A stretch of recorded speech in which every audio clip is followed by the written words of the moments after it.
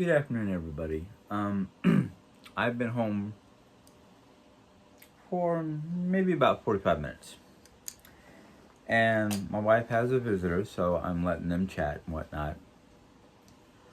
I came in here to sit down and look at my YouTube comments and whatnot. And it seems either I misspoke or somebody's misunderstanding my words about religion. I do consider a lot of different religions or I don't know if I should call them sub-religions or what they are. But Christianity has a number of different offshoots of Christianity. One of the biggest ones would be Catholicism. Now, I've studied the histories of different religions, and Catholicism and Christianity are two of the biggest ones I've studied. Now, I don't consider No, let me backtrack. I don't consider that Catholicism is not Christianity. It's just a different form of Christianity because of their teachings and the different the different books that they use. I got a little bit of my knowledge of Catholicism from my wife, who was born and raised Catholic in New York. Now, when I first met her, she had 3 different books that she used for Catholicism. One was the Holy Bible. One was a book that had to deal with the rosaries and the different prayers used for the rosaries. And the third one had to do with the saints and what each saint does or what each saint represents. Now, that's where I kind of go, okay, there's a difference right there, because most Christian groups, Baptists, Pentecostals, Presbyterians, Church of Christ, your mainstream non-denominational Christian use just one book, the Holy Bible. And there's so many different versions of the Bible out there nowadays. Like, I have the Holy Bible, I have the NIV, I have the King James, I have the Everyday Man Bible, I have a men's Bible in big print so I can see it without having to put on glasses every time. Yes, every single Bible has basically all the same stuff, except for it varies in how it's pronounced. Like in the Holy Bible or the King James Bible, they use thee, thou, and those kind of old school texts, while most of the modern day Bibles use the, regular English. Now, there's very little that I have about the Catholic Church that I do not understand, and unfortunately my wife has not been able to explain it well enough for me to go, okay, all right, now I understand. Now, the Catholic Church is responsible for a lot of historical movements and, unfortunately, bloody battles. Not saying the Catholics are innocent, or not Catholics, Christians are innocent, because Joshua was told by God himself, basically, to take the Holy Land, take the Promised Land from the pagans of the time, or the pagans of that area. It was the Catholics that caused Spanish Inquisition, the Crusades. Charlemagne, who was a Catholic, who was responsible for calling, or basically not really wiping out the pagans, but converting the pagans to the religion that Charlemagne was responsible for. Now, I get most of my information from historical facts, historical websites, the History Channel itself. I still have contact with 2 of my professors at Ozark Christian College, especially my professor Gary Zusiak, which I can either send him a text message or I haven't called them in a long time, but I usually talk to them by text and ask them certain questions. So I've tried to get as much information as I can about the Catholic Church because I want to understand how they function. What's the purpose for the different priests, the cardinals, the Pope himself? I don't understand the purpose of the Pope.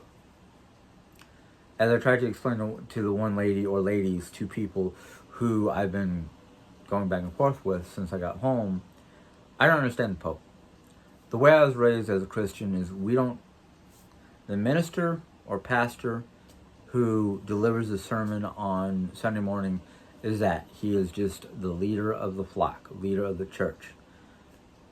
But as I was taught growing up, we don't go to him for certain things. If we want to pray, we were taught to basically pray alone on our knees before going to bed. We weren't taught anything about the Pope or the various saints or anything like that, which the Catholics follow, preserve, things like that. That, in fact, if the Catholics are using the Holy Bible as most Christians follow, one of the things that it says in the Holy Bible is not to have any engraven image of any form to worship. I remember that verse, and then I became the spouse of a Catholic raised woman. The only images that she ever had in her whole house was images of Jesus. A portrait of Jesus. They follow certain Catholic, I don't know if I should call it superstition or belief. One of them was to have a picture of a certain saint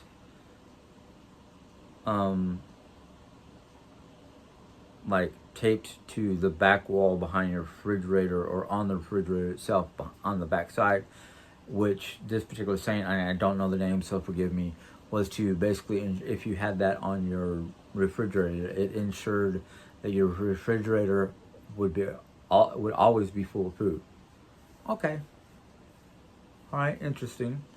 Same with images of Mary. Most Catholics I know about have a statuette of Mary in their garden out front, or where the garden was. I still don't understand what that was for, but that's a Catholic thing. So short of going out to the bookstore and buying a book on Catholicism,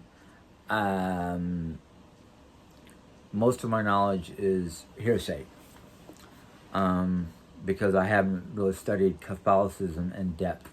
I've studied and discovered information on the various crusades. And it sounds like I'm looking at the negative side of Catholicism. No, I was actually looking at the historical aspect of the crusades. And at first I didn't realize that most of the crusaders were Catholic knights who were either volunteered or were called upon by their church or their kingdom to go join the Crusades, the Holy Crusades, to take Jerusalem back from the people of the time.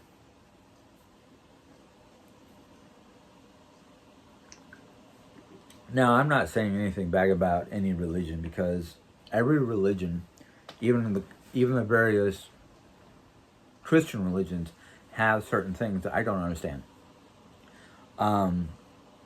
Baptist, that's a whole group of excitement right there. Southern Baptists, they're excitable people. When they're in church, you can not only feel the energy coming from the church, but man, it'll tire you out. Jumping up and down and dancing in the aisles and the whole 9 yards during that time, and sitting in the aisles and listening to the minister and having some group of people yelling hallelujah, and I'm like, oh, wow, these guys are really into this. I only went to one Baptist, and it wasn't even Southern Baptist, it was just Baptist. It was like my college did something to help them out during one of their revivals, and I was just like, wow, okay. My mom was raised, no. Mom was raised Presbyterian. Dad was raised Catholic.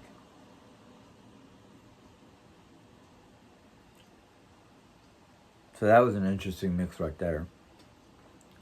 And I have nothing against anybody. I really don't. I have nothing against any culture, creed, or religion. I might have some problem with one or two people, but that's just one or two people. I don't judge the whole group because of one or two people. I mean, like I said, I don't know nothing about the Pope. I don't even know who the Pope was. I've heard stories about various popes throughout history, but I don't know who the Pope is. I don't know what he's supposed to represent for the Catholic Church.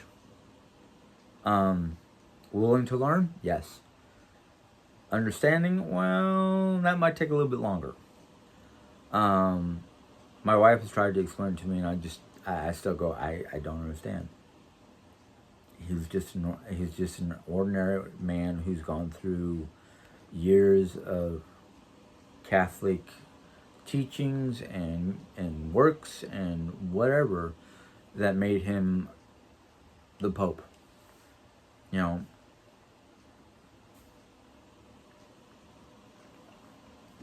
Now, yeah, I've heard some of the stories and some of the people who are nasty about, Catholics and Catholic school, school boy, all that fun, all that mumbo jumbo. And I'm like, you know what?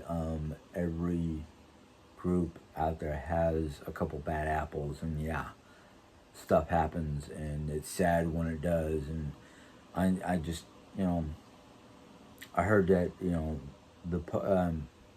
was it the last pope or the new pope? I think the new pope who's done a lot of good went and cleaned that up real quick.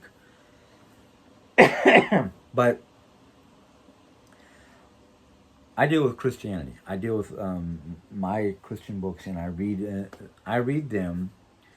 And I guess the word opinion kind of sparks or triggers somebody, because it's not really my opinion per se. Like, I'm dissecting the Bible and trying to say what I think the Bible is trying to tell me.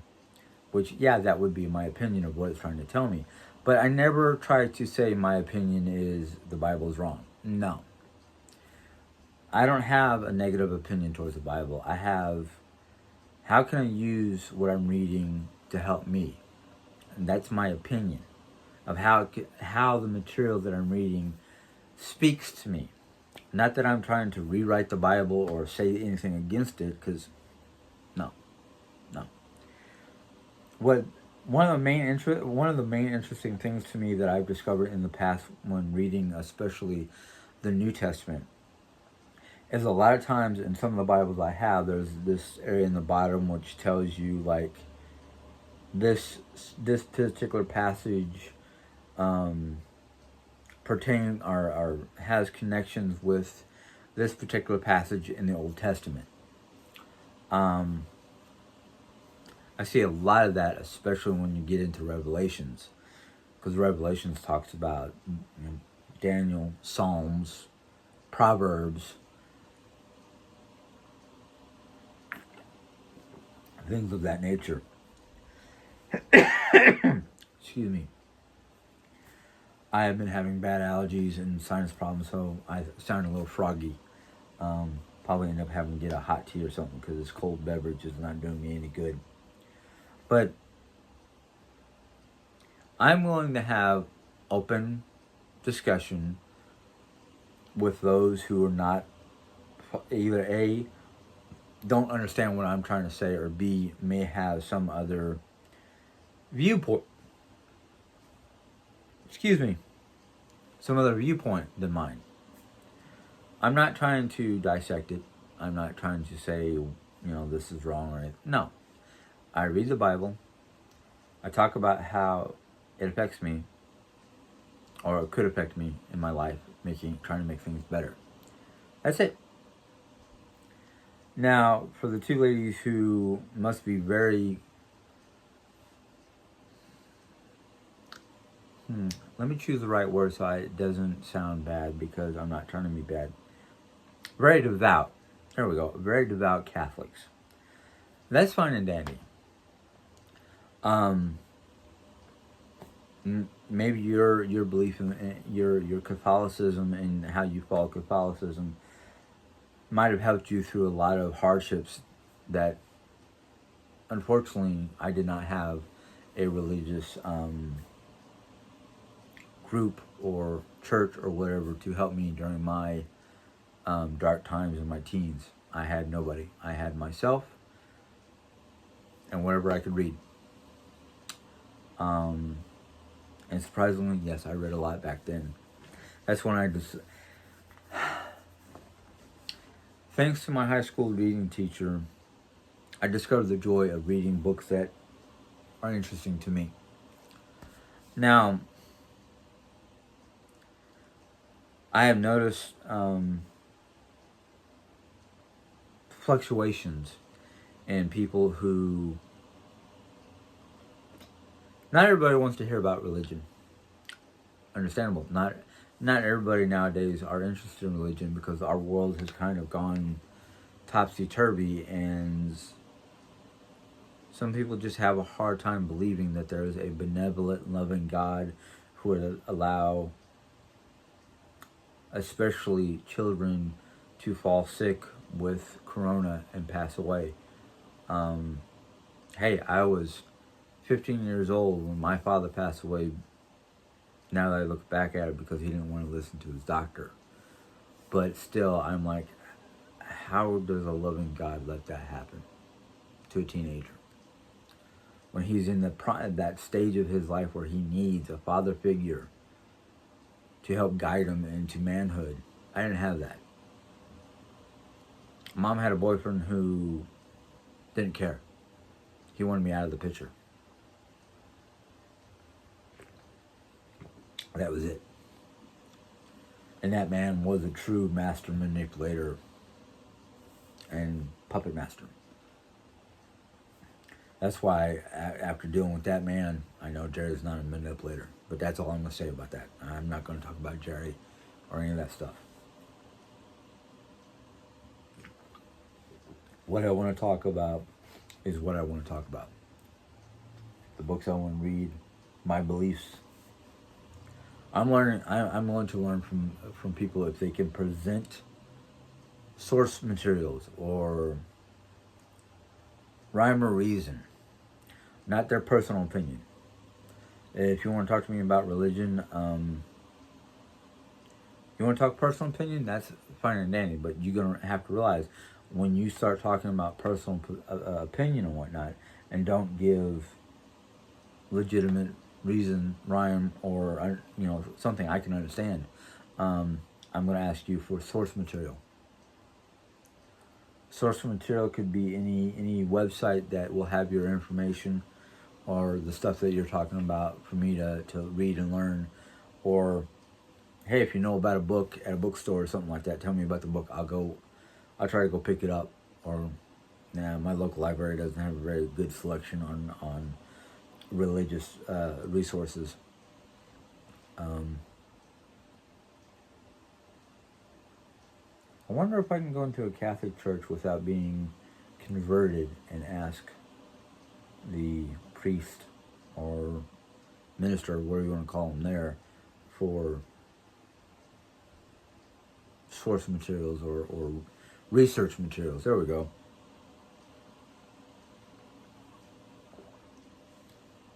I'd love to be able to go back to Ozark Christian College and get my actual degree. When I first went, I was going into Ozark Christian College for missionary work. But then I decided to switch it over to just mainstream ministry, because a lot of the places, some of the a lot of the places that some of the missionaries go to are not exactly the safest place to be. Not saying that I wouldn't be willing to become a martyr for what I believe in, but I was just thinking that maybe, the way I felt and whatnot, for the reason for being a missionary was not the right reason for being a minister. Because my main reason wasn't just for ministry, it was for, I may be able to travel to new places and see new things, because I like to travel. That's not a good enough reason to become a missionary.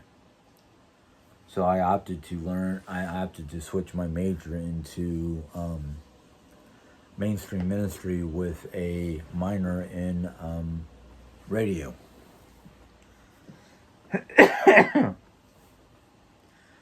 But between the factor of having a learning disability and, the knowledge was there, but when I get tested, when I get, that, what is it, test shock, I guess they call it nowadays, where you have all the knowledge, you've done all the studying, your essays and reports and all the paperwork you sent in were C or above, but when you get that paperwork in front of you and you've got 30 minutes to do a test, your brain just kind of goes, no, I don't remember nothing, which sucks. I wish I could go back to a Christian college that had programs for people who have, those kind of problems. But I haven't found one, and I'm hitting 50, and I'm pretty sure if I went back to a college, Christian college or anything like that, people would be like, "How old is this guy? And he's not the professor? What's the deal?" But I don't want to say that I'm content, but I am happy with what I do here, with the research that I'm willing to put in the whole 9 yards. So it is what it is. But I'm sorry I don't remember the two ladies who were sending me messages. Is this one of them maybe? I couldn't tell. I went by too fast.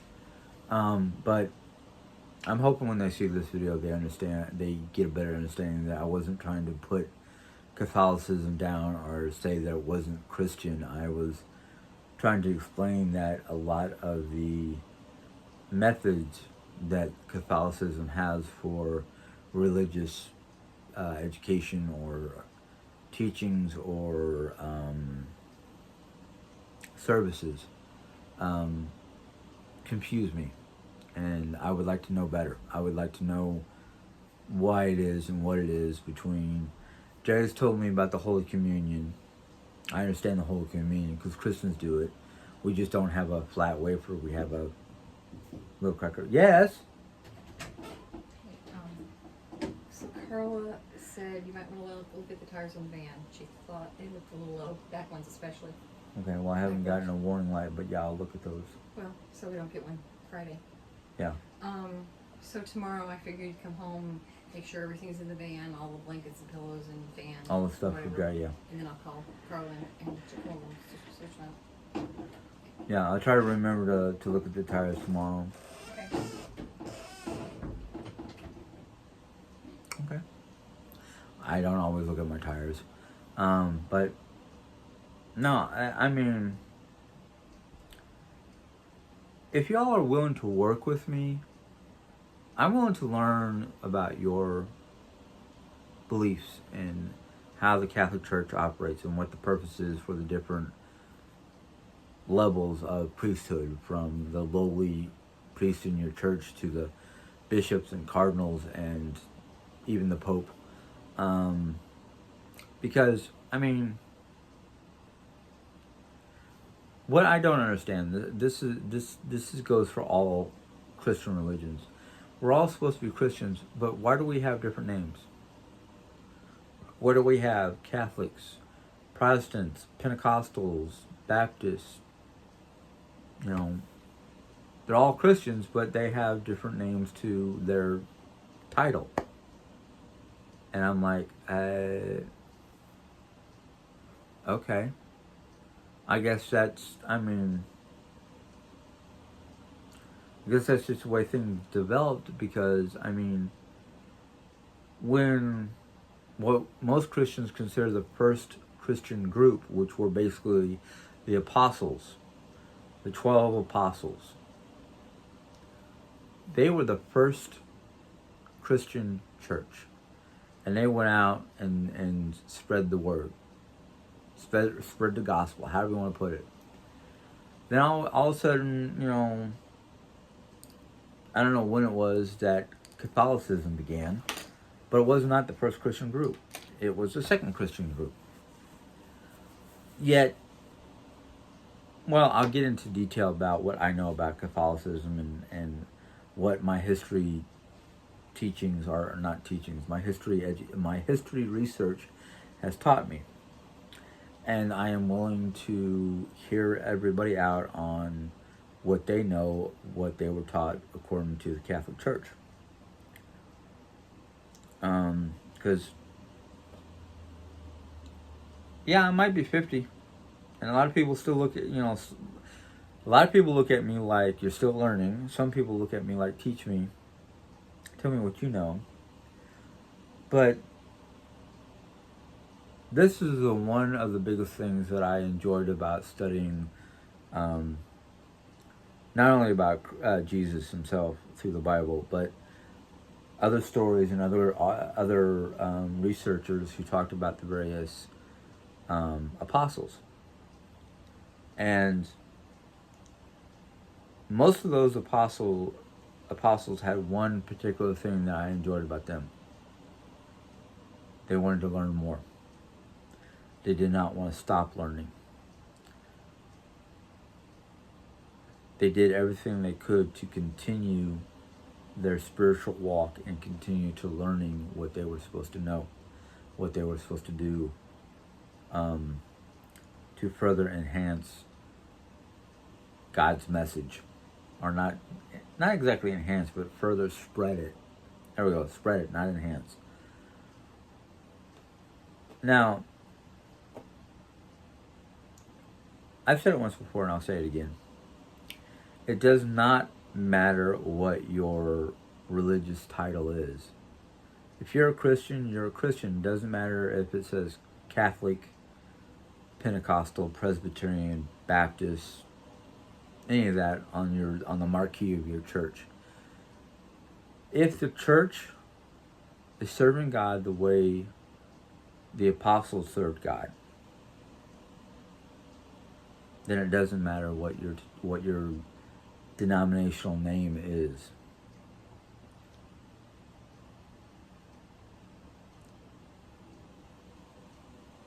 I think what caused a lot of problems with people misunderstanding a lot of the different religions is because of the fact that they wanted to live their lives with blinders on and just go by the teachings of whatever religious group they were part of.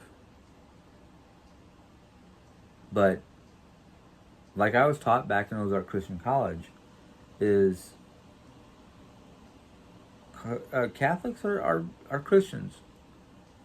And the idea of Christians are just, any group of people, and it doesn't matter what they call themselves, but any group of people who worships and praises God and teaches God's word according to the Bible, according to the Holy Bible. The name doesn't matter because of the fact that we're all worshiping the same deity, the same entity, the same person,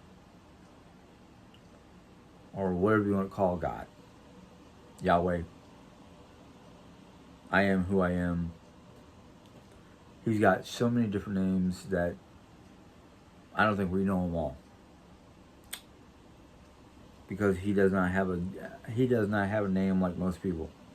Isaac, Joseph, Peter, Paul, Mark, Luke, John, Mary, Sarah, Rachel. Some people want to argue, oh yeah, God's a male. No, God's a woman. Doesn't matter. We don't know. Look at mankind. Look at the human race. Got male and female. Look at all the different skin tones. Might seem odd to some people, but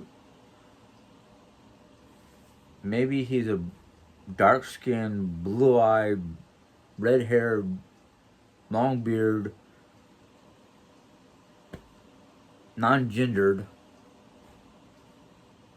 life form roaming around the cosmos. We don't know. I mean, he could have red hair, brown beard, dark skin like in Africa, somebody from Africa, blue eyes like somebody from Norway.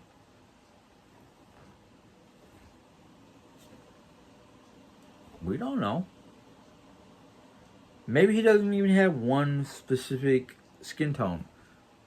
Maybe his skin in various areas are the different skin tones of every nationality on the face of the planet. We don't know.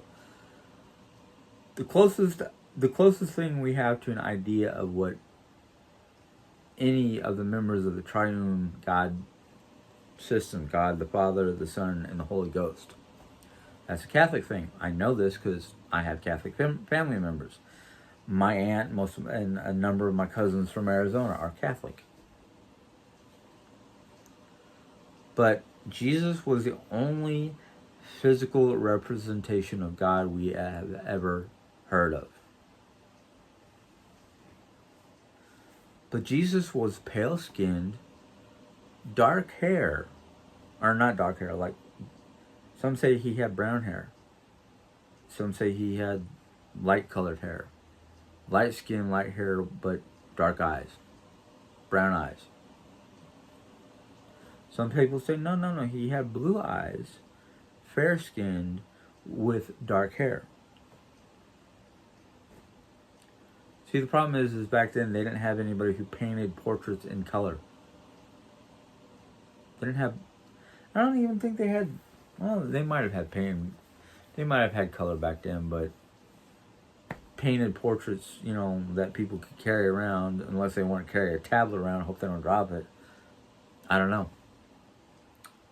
We can only go by what the Bible says, what they're trying to decipher from the Dead Sea Scrolls. We don't have anybody that's over 1,000. I don't think there's anybody alive nowadays that are over 1,000 years to say, oh yeah, I met Jesus when I was a boy and this is what No, we don't have that. That'd be kind of awesome, but weird at the same time. But like I said, and I'm sorry if I repeat myself, you're willing to work with me to teach me what you know about your religion. Let's go. Let's text. Let's have our conversations. Hey, if you're willing to listen to me, I'm willing to listen to you. If we can work together to teach each other something that might be new to you, definitely it's going to be new to me. I'm willing to learn. I have no problem with learning. I love to learn. But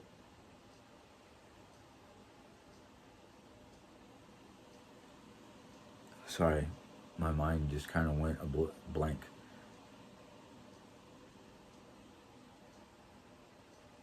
I have no problems with any religion. Here's the funny thing, and I probably said this once a long time ago in one of my very first videos. It's not about the religion. It's not about what the person worships. It's about how they live and what's in their heart. Is their heart filled with good intentions or bad intentions? That's what makes the difference. Now,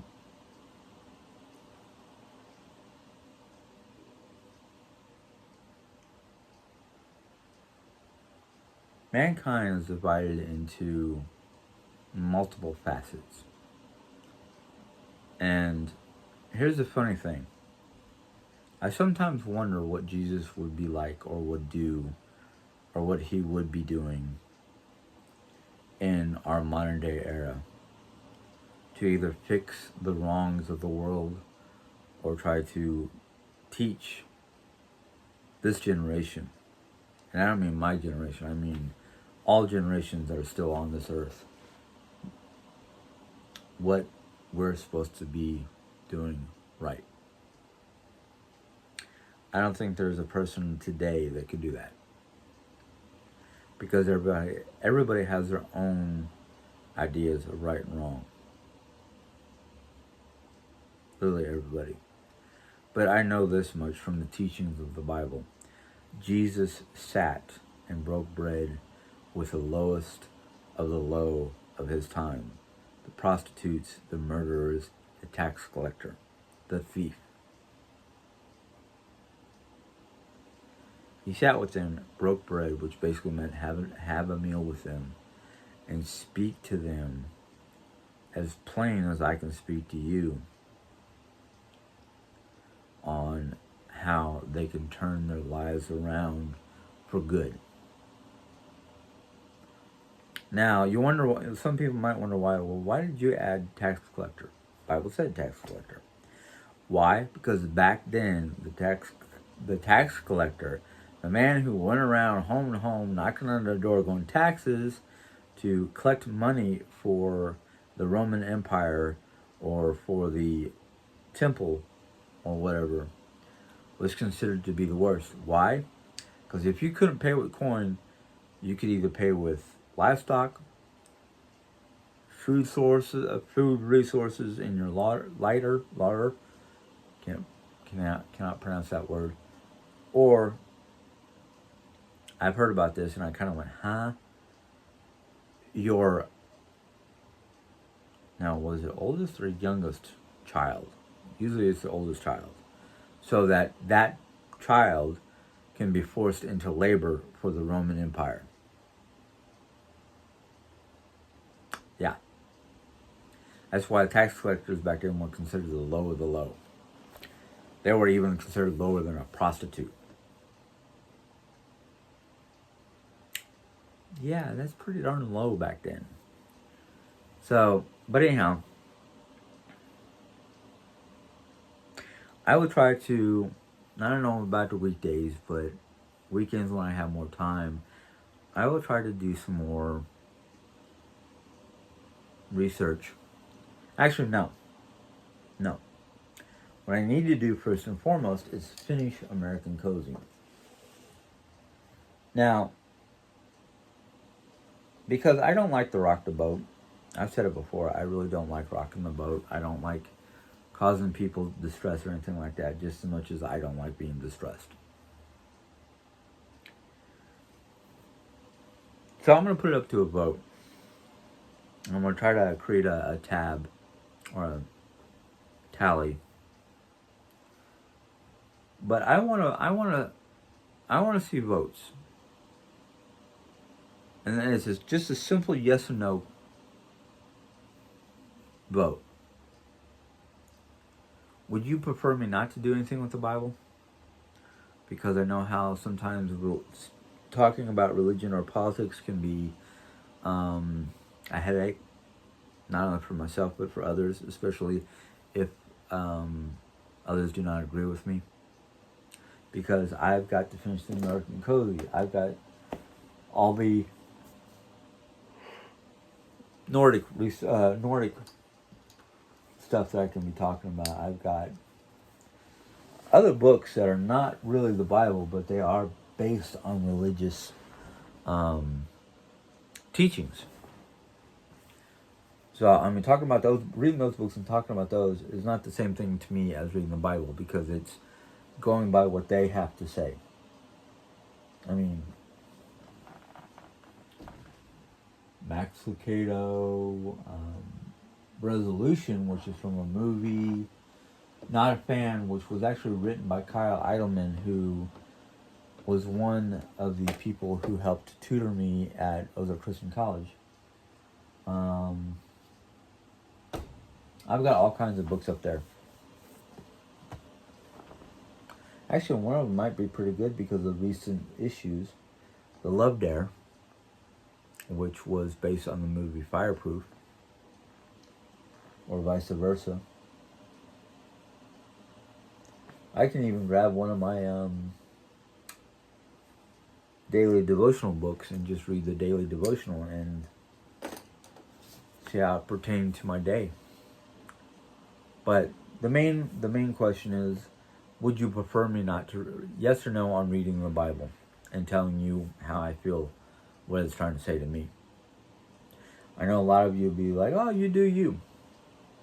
I actually want to see how many people would prefer yes or no. Simple. Just that simple. Anyhow, I'm going to leave. It's been 40 minutes, thereabouts. So, if you like this little vlog, go ahead and give it a thumbs up or thumbs down. That's up to you.